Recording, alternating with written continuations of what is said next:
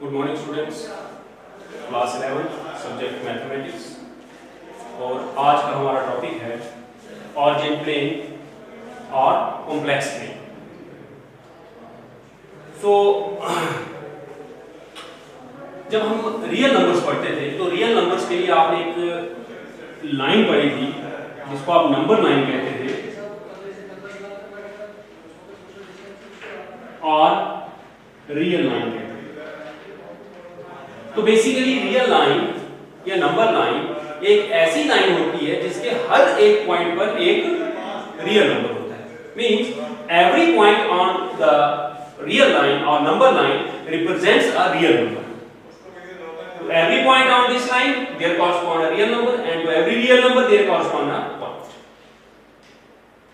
लेकिन complex number जब हमने पढ़े a plus ruta b, suppose कर स्टैंडर्ड फॉर्म में ये कॉम्प्लेक्स नंबर दिया।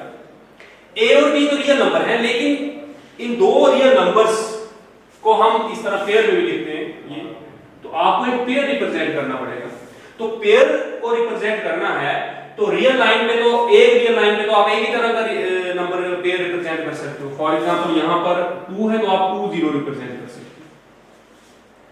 तो इस पर सिर्फ वही कॉम्प्लेक्स नंबर, मैंने आपको बताया था कि हर एक रियल नंबर को भी हम कॉम्प्लेक्स फॉर्म में, कोई रियल नंबर x है तो उसको हम x + √0 इस फॉर्म में लिख सकते हो। सिर्फ इस तरह के रियल नंबर, ये वो कॉम्प्लेक्स नंबर होते हैं जिनका कंजुगेट इन्हीं के बराबर होता है।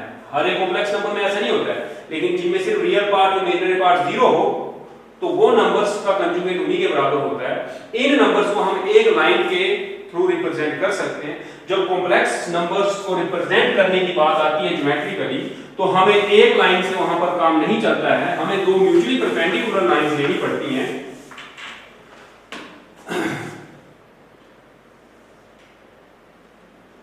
हम इनको कोऑर्डिनेट ज्योमेट्री में x axis, negative x axis, y axis और नेगेटिव y एक्सिस, और इस पॉइंट को हम ओरिजिन कहते हैं 0। इस लाइन का भी 0 यहां है, इस लाइन का भी 0 यहां है। इस तरफ पॉजिटिव, इस तरफ पॉजिटिव 1 2 3 और बीच में सभी रियल नंबर्स। इस तरफ नेगेटिव -1 -2 सो ऑन, और बीच में सभी रियल नंबर्स नेगेटिव। इस तरफ पॉजिटिव 1 2 3 सो ऑन, इस तरफ नेगेटिव -1 -2 -3 सो ऑन। तो ये दो लाइनें म्यूचुअली परपेंडिकुलर लाइंस एक प्लेन रिप्रेजेंट करती हैं। इस प्लेन के हर एक पॉइंट पर हम एक कॉम्प्लेक्स नंबर असाइन कर सकते हैं। For example this is 2 and this is 3, सो ये पॉइंट जो है 3 2, तो इसको मैं लिख सकता हूं 3 + 2 होगा। तो एक ऐसा प्लेन जिसके हर एक पॉइंट पर एक कॉम्प्लेक्स नंबर असाइन हो, ऐसे प्लेन को हम ऑरिजिन प्लेन और कॉम्प्लेक्स प्लेन कहते हैं। तो ध्यान रखिए, रियल लाइन होती है, कॉम्प्लेक्स प्लेन होता है। कॉम्प्लेक्स नंबर्स को आप प्लेन पे रिप्रेजेंट कर सकते हो, जिससे सभी कॉम्प्लेक्स नंबर हमारे जो है वो रिप्रेजेंट हो जाएंगे। अब इसको थोड़ा जनरल स्टडीज की करते हैं। ये मैंने पर्टिकुलर पॉइंट्स बताए। सपोज करें कि यही कॉम्प्लेक्स नंबर हमारा a + √b, यहां पर पॉइंट p है, p पॉइंट a b, तो कॉम्प्लेक्स फॉर्म में आ जाता है z = a + √b। तो ये पॉइंट जो है ये कॉम्प्लेक्स नंबर रिप्रेजेंट करता है। ओरिजिन से लेकर इस तक का डिस्टेंस वो हम डिस्टेंस फार्मूले से निकाल सकते हैं। देखें, पॉइंट है, ओरिजिन आ गया 0 0 और पॉइंट p आ गया AP। सो OP जो डिस्टेंस है, डिस्टेंस फार्मूला लगाएं तो a - 0² + b - 0² that is square root of a² + b² and this is nothing but mod z। Models की डेफिनेशन आपने पढ़ी है। तो इसको हम r से लिखते हैं। तो r मींस अगर मैं o से लेकर p तक का डिस्टेंस r बोलूं तो r किसके इक्वल आया? mod z के इक्वल आया। तो किसी कॉम्प्लेक्स प्लेन में जनरल चीज जो नोट आपने रखना है, वो नोट क्या रखना है आपने कि कॉम्प्लेक्स प्लेन पर कोई भी पॉइंट हो तो ओरिजिन से लेकर उस पॉइंट तक के डिस्टेंस को मॉडुलस कहते हैं। और पॉजिटिव x एक्सिस के साथ जो एंगल, फॉर एग्जांपल और एंटी क्लॉकवाइज डायरेक्शन में पॉजिटिव एंगल सपोज करें थीटा है, ये मॉडुलस हो गया, और थीटा जो है इसको कहते हैं आर्गुमेंट,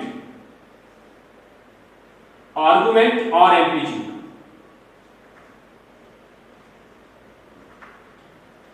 आर्गुमेंट ऑफ z और एम्पलीट्यूड ऑफ z। तो ये दो तीन चीजें था। सबसे पहले कॉम्प्लेक्स प्लेन की डेफिनेशन, ये आपको नोट्स में सब मैं लिख के भी दूंगा, यहां भी आप ध्यान से पढ़ लें इसको।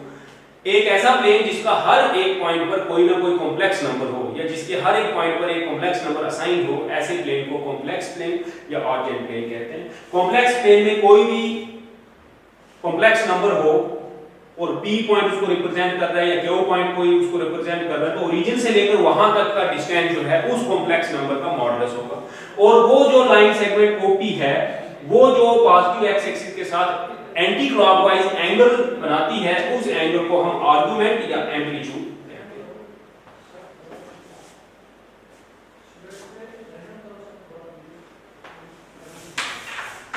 अब हमने बेसिकली इसके बाद पोलर रिप्रेजेंटेशन पढ़नी है कॉम्प्लेक्स नंबर की। कॉम्प्लेक्स नंबर जो हमने a + a लिखा था, उसको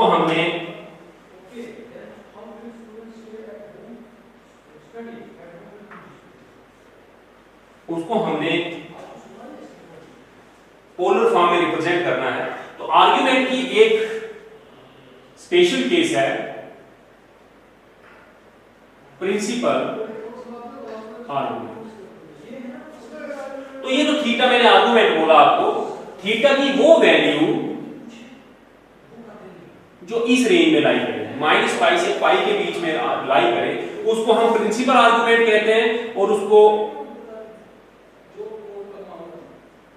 और कैपिटल में ऐसे आर्गुमेंट को लिखते हैं ARGZ, लेकिन प्रिंसिपल आर्गुमेंट के लिए हम कैपिटल में लिखेंगे।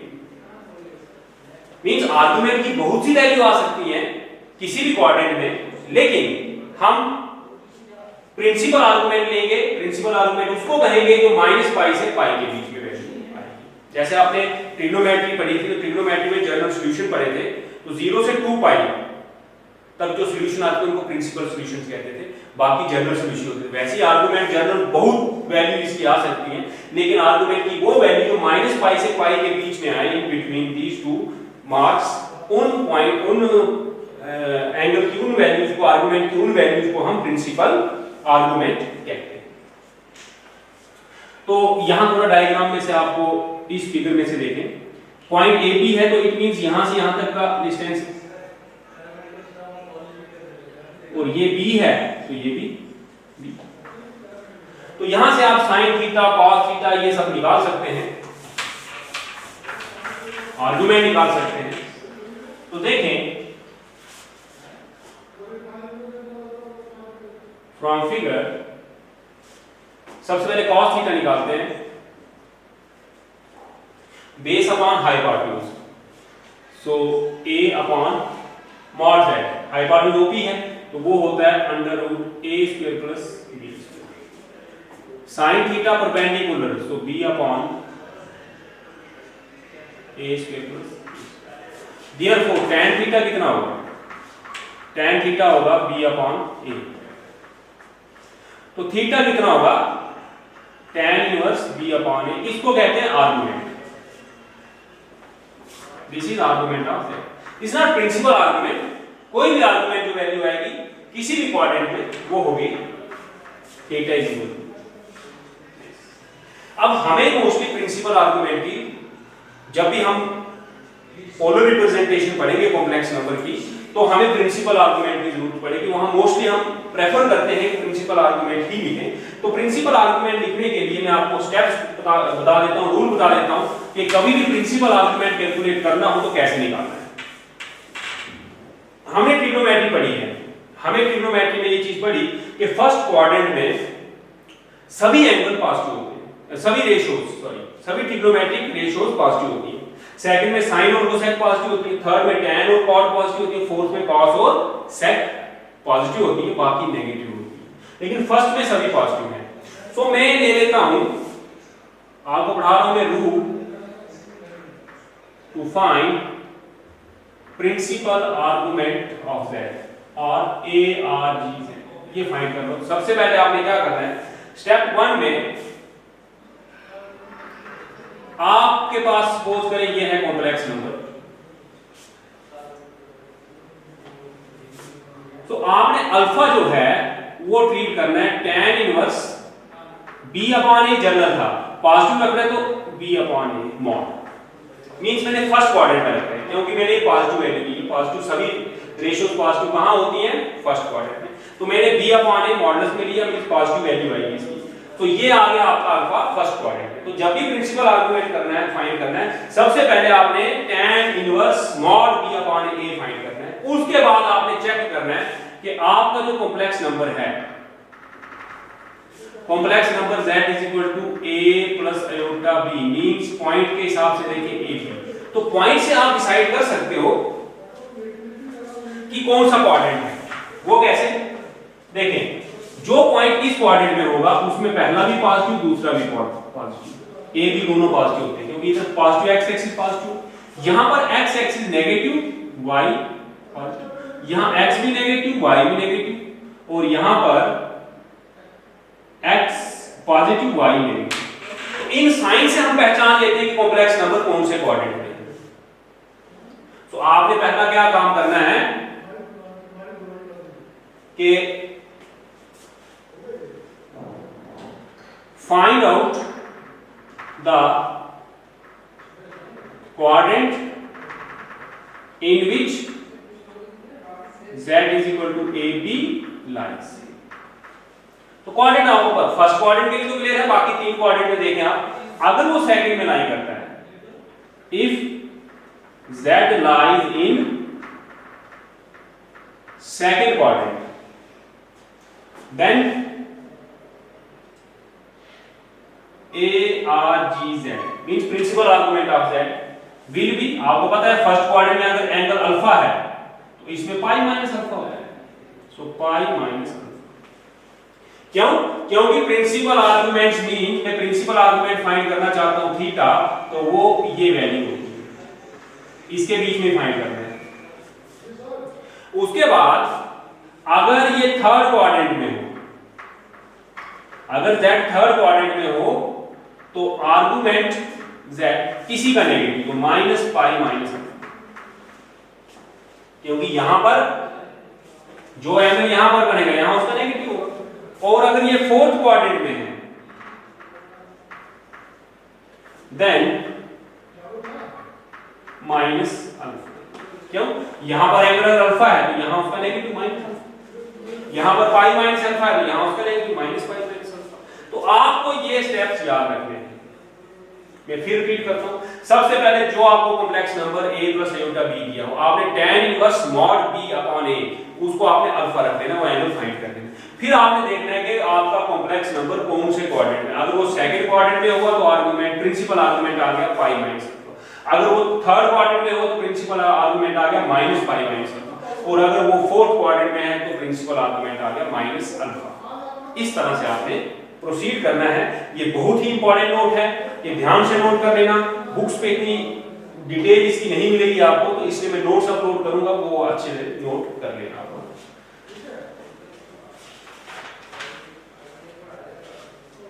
अब हम बात करते हैं पोलर रिप्रेजेंटेशन कि कॉम्प्लेक्स नंबर को पोलर फॉर्म में आपको आएगा, तो आपको एक तो मॉडुलस फाइंड करना है, वो आप जानते हो, इसलिए फाइंड कर लेते हो। उसके बाद आपको आर्गुमेंट और प्रिंसिपल आर्गुमेंट भी फाइंड करना है, वो मैंने अभी रूल बताया आपको। तो प्रिंसिपल आर्गुमेंट जब आप फाइंड कर लोगे और क्या नाम इसका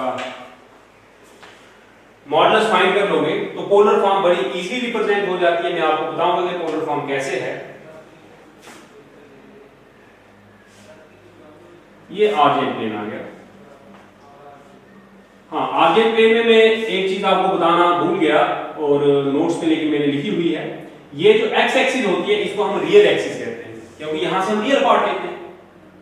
ए यहां से लिया था हमने रियल पार्ट, और वाई एक्सिस को हम इमेजिनरी एक्सिस बोलते हैं, क्योंकि इस एक्सिस से ही हमने इमेजिनरी पार्ट जो है कॉम्प्लेक्स नंबर का लिया। सपोज करें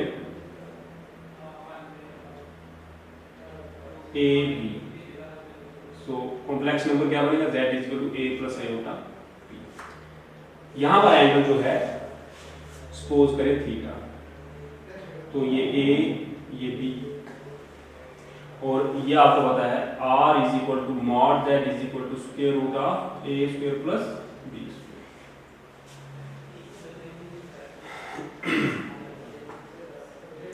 तो कुछ मैं आपको यहाँ पे रफ आइडिया बता दूं। देखिए अभी आप लोगों को किया था, वहां पर लिखा था आपने cos theta is equal to a upon under root a square plus b square means a upon r, इसको मैंने r रखा। It means a is equal to r cos theta. और दूसरा लिखा था sin theta is equal to b upon under root a square plus b square. This is equal to b upon r, so this implies b is equal to r sin theta. ठीक है, सो आपने polar form, polar representation of a complex number, polar representation of a complex number. So consider a point PAB representing a complex number a plus iota b, then r OP is equal to r is equal to square root of a square plus b square, and then theta with the argument, theta is equal to argument of z is equal to angle XOP, और is equal to इसको निकालने का तरीका मैंने बताया आपको b upon a। Then from figure cos theta is equal to a upon r, this implies a is equal to r cos theta, and sin theta is equal to b upon r, this implies b is equal to r sin theta। Therefore z is equal to a plus iota b is equal to r cos theta plus iota r sin theta, और z is equal to r cos theta plus iota sin theta। This is the polar representation of a complex number।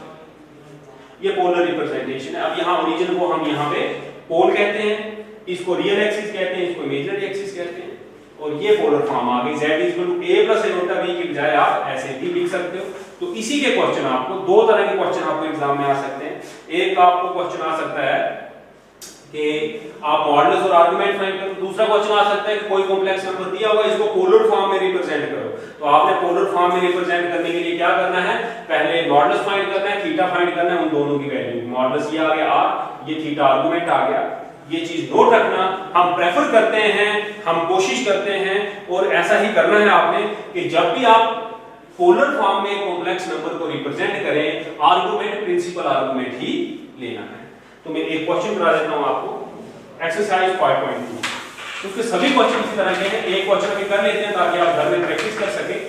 Basic चीजें मैंने इसकी सारी आपको बता दी, तो बाकी के क्वेश्चंस वगैरह हम इसके कल करेंगे। फिलहाल एक क्वेश्चन आपकी प्रैक्टिस के लिए मैं इसके दोनों मेथड आपको बताऊंगा। आप शॉर्ट में भी कर सकते हैं, और इसको इन डिटेल जैसे मैंने ये जनरल कैलकुलेशन की, उस कैलकुलेशन से भी आप इसको कर सकते हैं।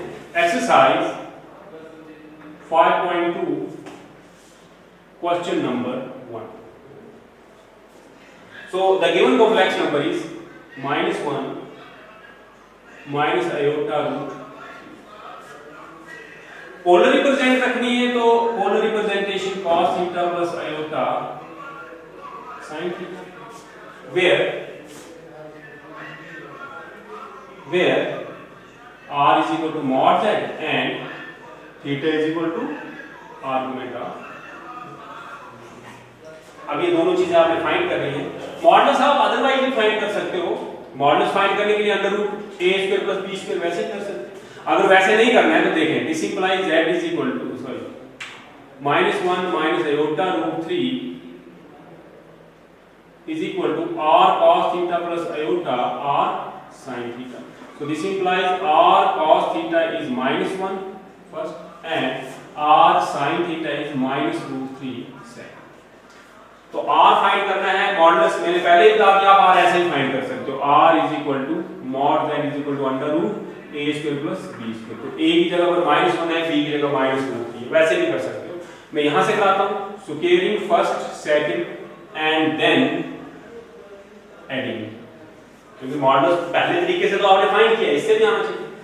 We get r square cos square theta plus r square sin square theta is -1 square plus -√3 square. This implies r square cos square theta plus sin square theta is 1 plus 3. So this implies r square into 1 is equal to 4. This implies r is 2. देखिए plus minus 2 आता है, लेकिन r distance है, OP की length है, तो length कभी negative नहीं होती, डिस्टेंस कभी नेगेटिव नहीं होता, इसलिए r कितना आ गया. So therefore r is mod, तो मॉडुलस फाइंड हो गया. अब हमें आर्गुमेंट फाइंड करना है. आर्गुमेंट के लिए हम क्या करेंगे, आप डायरेक्टली फाइंड कर सकते हो. देखिए मैं ये दोनों यहां दिखा देता हूं आपको.